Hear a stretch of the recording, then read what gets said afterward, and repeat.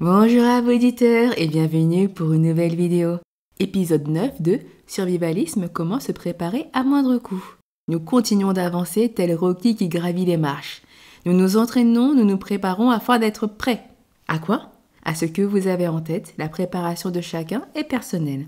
Je dois évoluer dans mon cheminement. Nous avons le nécessaire vital. Nous avons de quoi tenir en restant cloîtrés en sécurité pendant des semaines. Je vois la situation à Nouméa et en Haïti. Il s'agit de groupuscules. Oui, mais des groupuscules qui peuvent faire bien des dégâts. Ils peuvent provoquer chez vous la peur de perdre la vie, les gens que vous aimez, le monde tel que nous le connaissons. Notre fabuleux pays est en tête d'un classement. En tête du pays européen ayant le taux de criminalité le plus élevé d'Europe. Cocorico! Ok, l'étude en question est discutable, mais dans une autre étude publiée par l'INSEE, la France a un taux de violence sexuelle et d'agression au-dessus de la moyenne européenne. Comme je tiens à ma chaîne, je ne vous parle jamais de protection et je ne le ferai sans doute pas. Beaucoup le font bien mieux que moi. Revenons à notre histoire de préparation. Notre préparation avance, nos esprits sont plus légers. Nous avons des éléments de base, mais en tant que survivalisme, nous devons assurer nos arrières. Des jerrycans de carburant. Je ne dis pas qu'ils doivent tous être pleins, mais ayez-en chez vous. Si vous souhaitez stocker du carburant, le survivaliste français a fait une vidéo à ce propos. Il est intéressant de la visionner. Lien en description. Lors des émeutes de 2023, le gouvernement a interdit la vente de jerrycans, la vente de bouteilles de gaz également. Il s'agissait d'actions localisées, mais imaginez cela au niveau national. Des pénuries massives ont déjà été observées lors de grèves de raffineries. Stocker de l'énergie. Remplir un bidon représente un coût. Ainsi, comme pour les conserves, on s'en procure petit à petit et on fait tourner les stocks. Les bouteilles de gaz, le bois, nous ne savons pas ce que l'inflation touchera ensuite, préservons-nous. Certains investissent dans les pièces d'or et d'argent. J'ai envie de dire, achetez maintenant ce que vous n'aurez pas les moyens d'acheter plus tard. Je préfère acheter un ster de peau en plus plutôt que 2 pièces en argent. Sauf si un jour je dois partir en catastrophe, là les pièces seront les bienvenues. On oriente l'acquisition de ces ressources en fonction de ses plans. A, B, C, Y, Z. Un bidon d'essence, vite je précise, coûte 18 € chez Bricoman. Ainsi, on en prend 2. Ça nous fait 40 litres de carburant théoriquement stocké. 36 € pour les bidons. Pour le carburant, surveillez les prix et les offres carburant à prix coûtant.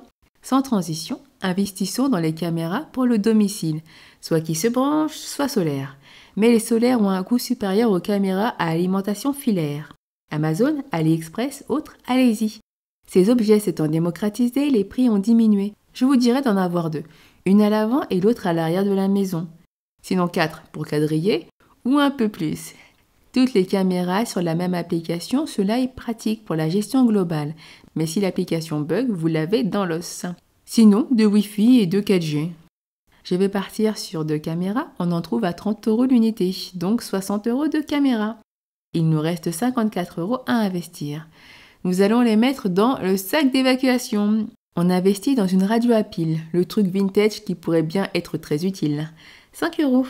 Il existe des versions USB que nous pouvons charger avec l'appareil suivant, une batterie externe, 98 000 mAh, 30 €. Et un câble multi-embout, 3 €. J'ai sauvé la vie de bien des gens grâce à ce câble. Si, je vous assure, la machine qui les maintenait en vie était sur le point de lâcher. J'ai sorti mon câble et ils ont pu remettre ce petit appareil indispensable à leur survie en charge, leur téléphone portable.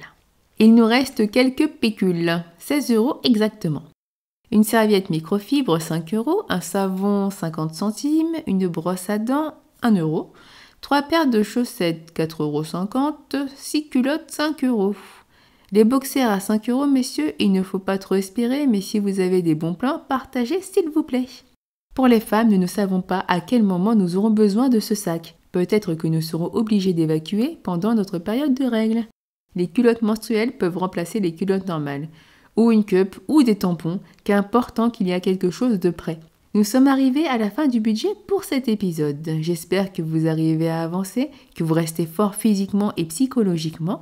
Si nous nous effondrons alors que tout va bien, oui, tout est relatif. Disons que si nous nous effondrons alors que l'accès aux informations, au matériel et aux soins sont toujours disponibles, je ne donne pas cher dans notre peau en cas de rupture de la normalité. Voilà, c'est terminé pour aujourd'hui. Je vous dis à très bientôt. Ah, il manque quelque chose? Non, cette semaine, pas de racolage pour que vous likiez ou que vous vous abonniez. La semaine prochaine, je ne garantis pas par contre. Bonne préparation, prenez soin de vous et des vôtres et bisous bisous.